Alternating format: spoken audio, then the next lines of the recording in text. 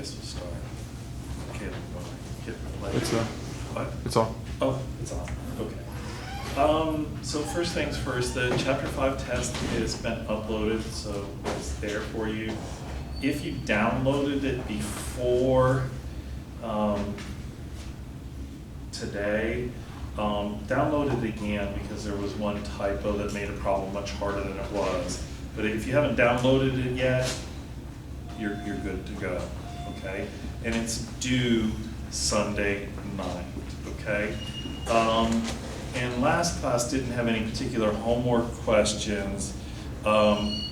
So what we did to prepare was I did an old test, right? So I think that's what I'll do with you guys as well. And it will give you a feel for how difficult or not difficult the problems are. They are not as hard homework problems. Does everybody understand that? Okay. All right. So let me do some problems here from an old test. And remember, I think it's good advice to have a list of all the rules, and as you use a rule, tick it off, because I try to use as many as the rules as I can. Does everybody understand that? So if you get stuck on a problem, you might look to the rules that you haven't used yet and start thinking about whether or not one of those might be useful. Chances are it will be. Okay? All right. And after I've done these problems, don't forget to talk about an extra credit opportunity or opportunities coming your way. Okay? So number one, this is from an old test. We have to prove X and Y. We have A and B, and not X, then not A, and 3 is A, then Y. Okay. So here's how I'm going to think about the problem. I'm going to try to go pretty slow with these. First thing I'm going to do is I'm going to look for X and Y together in the premises. Don't see it. Okay. So the next thing I'm going to do is I'm going to think, well, maybe I could find this construction. And this is a blank. Why? Because if I have the opposite, remember this means the opposite of, the opposite of the consequent, I can do modus tollens, and that negation drops off. Okay, so that's what I'm thinking. Do I see any of these? Nope. Okay. So after I've gone through those two possibilities, I really start paying attention to the main logical operator of what I'm trying to prove. And in this case, it's an and. And what that tells me is that I can go get each part separately, the X by itself and the Y by itself, and then put them together. So essentially, two problems. So I'll go get the X, and I'll go get the Y, and then I'll put them together by conjunction. Okay? So let's think about getting the X first. I look for an X, but I don't see it, but I do see its opposite in the antecedent of a conditional.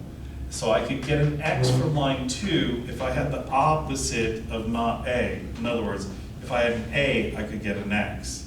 There's an A in line 1, it's connected with the B, so I have to disconnect them, and that's easy to do because this is a conjunction, and I have the rule simplification.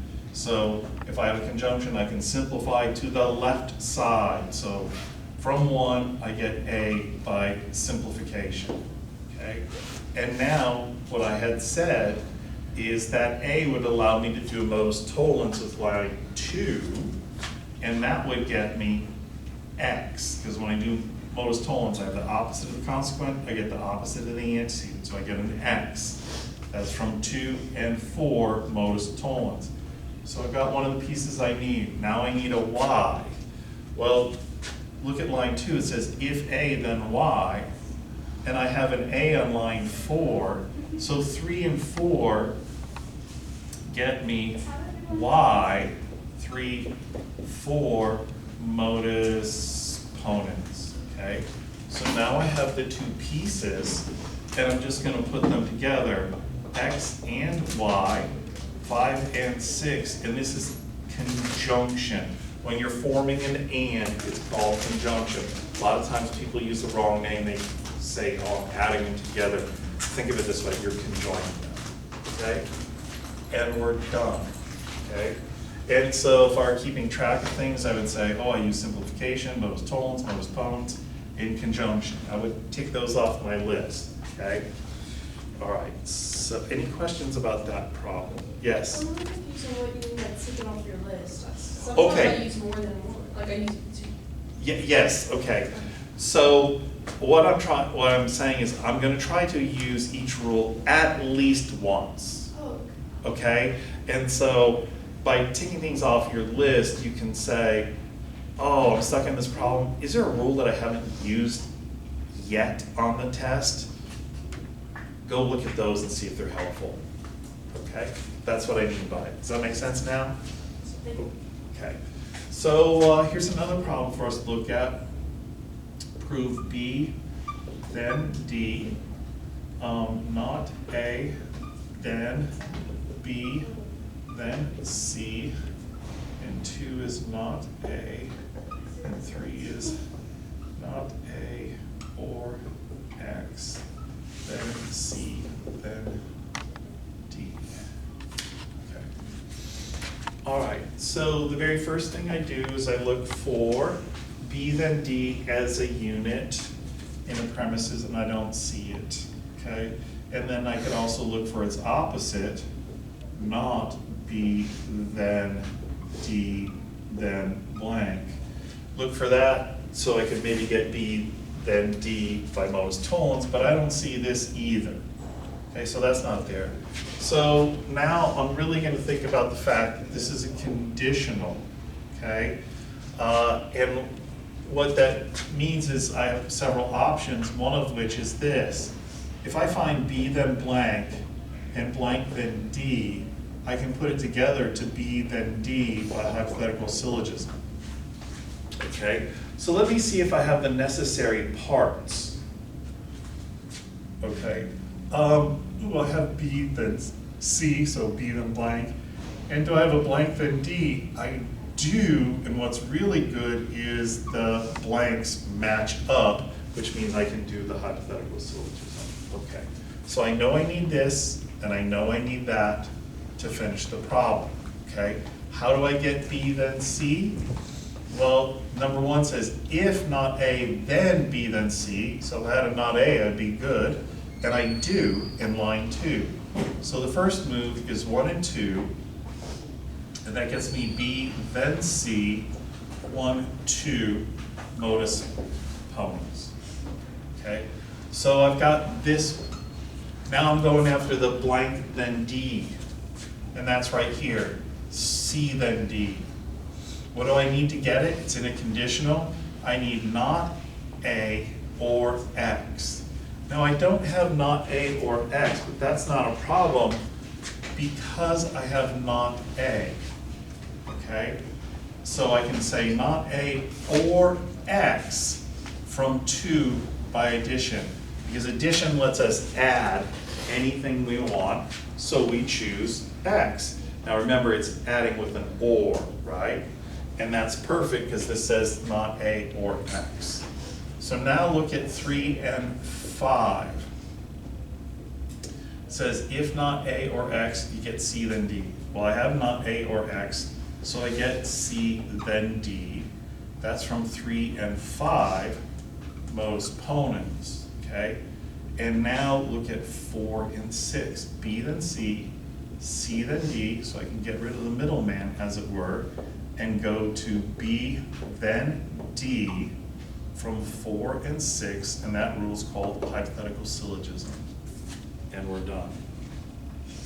Okay, so let's see. Now I would take this one off, addition, that's something I hadn't used before, and hypothetical syllogism, take that off. So right now I've used 6 different rules, okay? Problem 3, okay? This is from an old test. Prove X. A, then L, then X. 2 is A. 3 is not A or M, then X.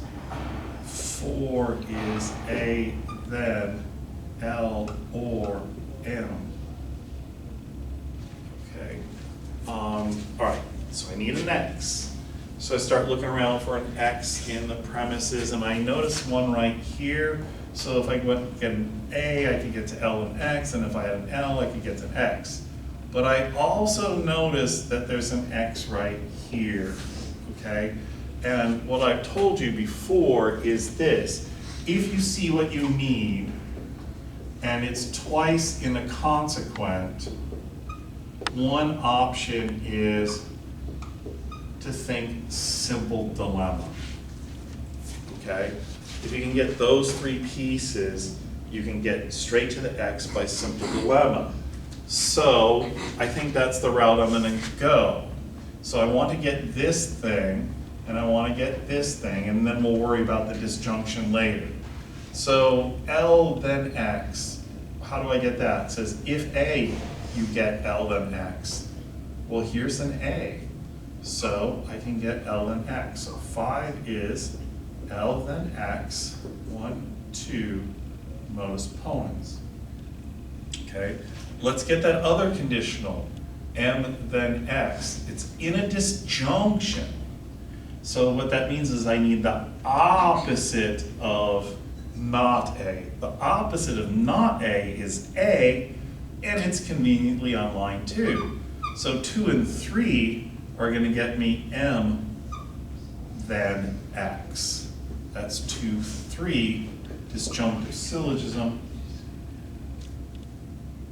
Another tick. That's a rule that I hadn't used before. Okay. So now what I need for simple dilemma is a disjunction between L or M. And there it is, right there, L or M needs